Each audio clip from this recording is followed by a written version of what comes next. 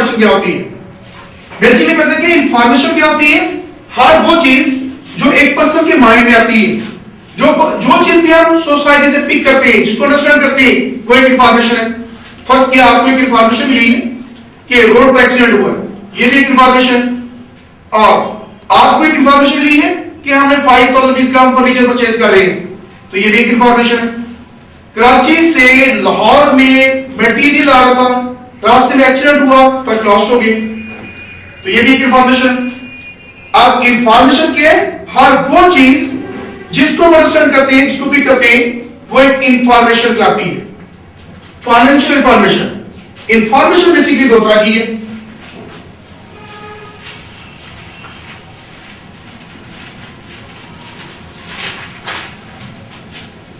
Information दो तरह की है, एक फाइनेंशियल और एक नॉन फाइनेंशियल।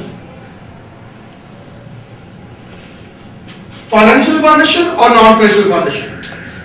फाइनेंशियल इंफॉर्मेशन वो इंफॉर्मेशन होती है जिस इंफॉर्मेशन को हम मनी में मेजर कर सकते हैं। मसलन मैंने आपको दो तीन एग्जांपल दी कि एक शख्स का रोड पर एक्सीडेंट हो गया, ये भी एक इंफॉर्मेशन है। लेकिन अब एक शख्स का रोड पर एक्सीडेंट हुआ, उसको कितने रुपीस का लॉस हुआ इसको मेजर नहीं कर सकते, ये नॉन फाइनेंशियल इंफॉर्मेशन है। ऐसी इंफॉर्मेशन जिसको पैसे में मेजर नहीं किया जा सकता, वो नॉन फाइनेंशियल इंफॉर्मेशन होगी। और जिस इंफॉर्मेशन को पैसे में मेजर कर सकते हैं, वो अकाउंटिंग की फाइनेंशियल इंफॉर्मेशन कहलाती है। रोड पर एक्सीडेंट हुआ, कितना लॉस हुआ, पर्सन को कितने रुपीस की चोटें लगी, कितने पैसे में नहीं कर सकते, ये इंफॉर्मेशन एक नॉन फाइनेंशियल इंफॉर्मेशन है। फाइनेंशियल इंफॉर्मेशन क्या होती है? वो इंफॉर्मेशन जिसको मनी में मेजर कर सकते हैं। हम फर्नीचर परचेज करें, एक इंफॉर्मेशन है, पैसे मेजर कर सकते हैं। कराची से लाहौर पे स्टॉक आ रहा था, रास्ते में एक्सीडेंट के जरिए ट्रक लॉस्ट हो गए, तो ये जो मटेरियल का लॉस हुआ इसको मनी में मेजर कर सकते हैं, कितने रुपीस का मटेरियल आता है, कितना लॉस हुआ, तो ये इंफॉर्मेशन भी फाइनेंशियल इंफॉर्मेशन है। तो नॉन फाइनेंशियल इंफॉर्मेशन बेसिकली वो इंफॉर्मेशन जो हम अंडरस्टैंड तो करते हैं, सोसाइटी से बातों को पिक तो करते हैं, लेकिन उसको पैसे में मेजर नहीं कर सकते, वो एक नॉन फाइनेंशियल होगी। अगर ऐसी इंफॉर्मेशन आपने पिक की है, ऐसी इंफॉर्मेशन आपने कलेक्ट की है जिसको मनी में मेजर किया जा सकता है, वो इंफॉर्मेशन जो है वो एक फाइनेंशियल इंफॉर्मेशन होगी। फाइनेंशियल इंफॉर्मेशन दो तरह की होती है, और याद रहे कि अकाउंटिंग मॉनेटरी टर्म्स पर बेस करती है, इसलिए नॉन फाइनेंशियल इंफॉर्मेशन अकाउंटिंग में रिकॉर्ड नहीं होती। पाकिस्तान में फर्ज किया, असेंबली टूट गई है, ये एक नॉन फाइनेंशियल इंफॉर्मेशन है, कितने रुपीस का लॉस इसको मेजर नहीं किया जा सकता, ये एक नॉन फाइनेंशियल इंफॉर्मेशन है। तो अकाउंटिंग का नॉन फाइनेंशियल इंफॉर्मेशन से ताल्लुक नहीं, अकाउंटिंग का जो ताल्लुक है सिर्फ फाइनेंशियल इंफॉर्मेशन से, और नॉन फाइनेंशियल इंफॉर्मेशन अकाउंटिंग के दायरे से बाहर है, क्योंकि इसको मनी में मेजर नहीं किया जा सकता। अकाउंटिंग की तमाम रिकॉर्डिंग बेसिकली मॉनेटरी सिस्टम पर बेस करती है, इसलिए नॉन फाइनेंशियल इंफॉर्मेशन अकाउंटिंग के दायरे से बाहर है। फाइनेंशियल इंफॉर्मेशन दो तरह की होती है, एक ट्रांसैक्शन कहती है और एक इवेंट कहती है। ट्रांसैक्शन वो इंफॉर्मेशन जिसको मनी में मेजर कर सकते हैं, इसका मतलब वो फाइनेंशियल इंफॉर्मेशन जो हम अपनी मर्जी से कर रहे होते हैं, जिसमें हमारी मर्जी इन्वॉल्व होती है, जिसमें विलिंगनेस शामिल होती है। आपने फर्नीचर परचेज किया, मर्जी से परचेज किया, ये एक ट्रांसैक्शन है। गुड्स सेल की, उसमें आपकी विलिंगनेस शामिल है, आपकी मर्जी शामिल है, वो एक इंफॉर्मेशन जो है वो एक फाइनेंशियल इंफॉर्मेशन ट्रांसैक्शन जाएगी।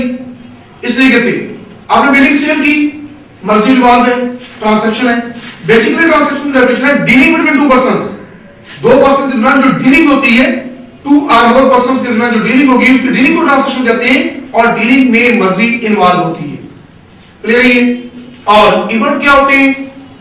वो फाइनेंशियल इंफॉर्मेशन जिसको पैसे में मेजर तो कर सकते हैं, लेकिन उसमें मर्जी इन्वॉल्व नहीं होती। कराची से लाहौर में स्टॉक आ रहा था, रास्ते में एक्सीडेंट हुआ, लॉस्ट हो गए। अब उस लॉस को मनी में मेजर तो कर सकते हैं, कितने रुपीस का लॉस हुआ, लेकिन बेसिकली उसमें मर्जी इन्वॉल्व नहीं है, तो ऐसा लॉस जो है वो आपका इवेंट कहलाता है। प्लांट पर काम हो रहा था, किसी भी वजह से प्लांट डिस्ट्रॉय हो गया, लॉस्ट हो गया। जब प्लांट लॉस्ट हुआ तो ये इस लॉस को हम पैसे में मेजर कर सकते हैं। जब पैसे मेजर कर सकते हैं तो ये इंफॉर्मेशन फाइनेंशियल इंफॉर्मेशन होगी। लेकिन अगर मर्जी शामिल होती है तो ट्रांजैक्शन, लेकिन क्योंकि इस लॉस में मर्जी शामिल नहीं है, प्लांट लॉस्ट हो गए, मर्जी शामिल नहीं है, तो ये फाइनेंशियल इंफॉर्मेशन एक इवेंट का। अब ट्रांजैक्शन दो तरह की होती है, एक कैश ट्रांजैक्शन और एक क्रेडिट ट्रांजैक्शन। कैश ट्रांजैक्शंस क्या होती हैं और क्रेडिट ट्रांजैक्शंस क्या होती हैं? अगर कोई भी आप डीलिंग कर रहे हैं जिसको आप कैश बेसिस पर कर रहे हैं कि जब चीज परचेज करें या सेल करें एट द स्पॉट उसी वक्त कैश भी पे कर दिया जाए, तो वो ट्रांजैक्शन आपकी कैश ट्रांजैक्शन होगी। अगर आप कोई चीज परचेज करते हैं, सेल करते हैं, चीज को परचेज या सेल करते वक्त उसी वक्त आप कैश भी एक्सचेंज करें, चीज को परचेज करते वक्त पेमेंट भी करें, चीज को सेल करते वक्त कैश रिसीव भी करें, कैश की बेसिस पर जितनी भी ट्रांजैक्शंस की जाती है वो तमाम की तमाम ट्रांजैक्शंस आपकी कैश ट्रांजैक्शंस कहलाती है। और ऐसी तमाम ट्रांजैक्शंस जो कि चीज को परचेज या सेल करते वक्त आप कैश को एक्सचेंज ना करें, कैश की सेटलमेंट फ्यूचर की डेट पर हो। फर्स्ट के मैं आपसे ये कहता हूं कि फर्नीचर परचेज कर रहा हूं आपसे, लेकिन पेमेंट्स का जो एग्रीमेंट है आज से 2 माह के बाद है, तो ये ट्रांजैक्शन जिस डेट पर हुई है उस डेट पर कैश की एक्सचेंज नहीं हुई।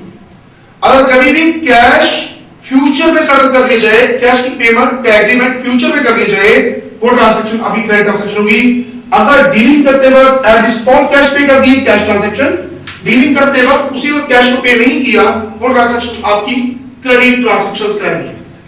कैश ट्रांजैक्शन बेसिकली नकद की चीजों को खरीदना, परचेज सेल करना और खरीदना, और क्रेडिट ट्रांजैक्शन बेसिकली तमाम वो ट्रांजैक्शन जिसको हम उधार की बेसिस पर किया करते हैं, क्रेडिट की बेसिस पर किया करते हैं, वो सारी क्रेडिट ट्रांजैक्शंस आपकी क्रेडिट ट्रांजैक्शंस कहलाती हैं।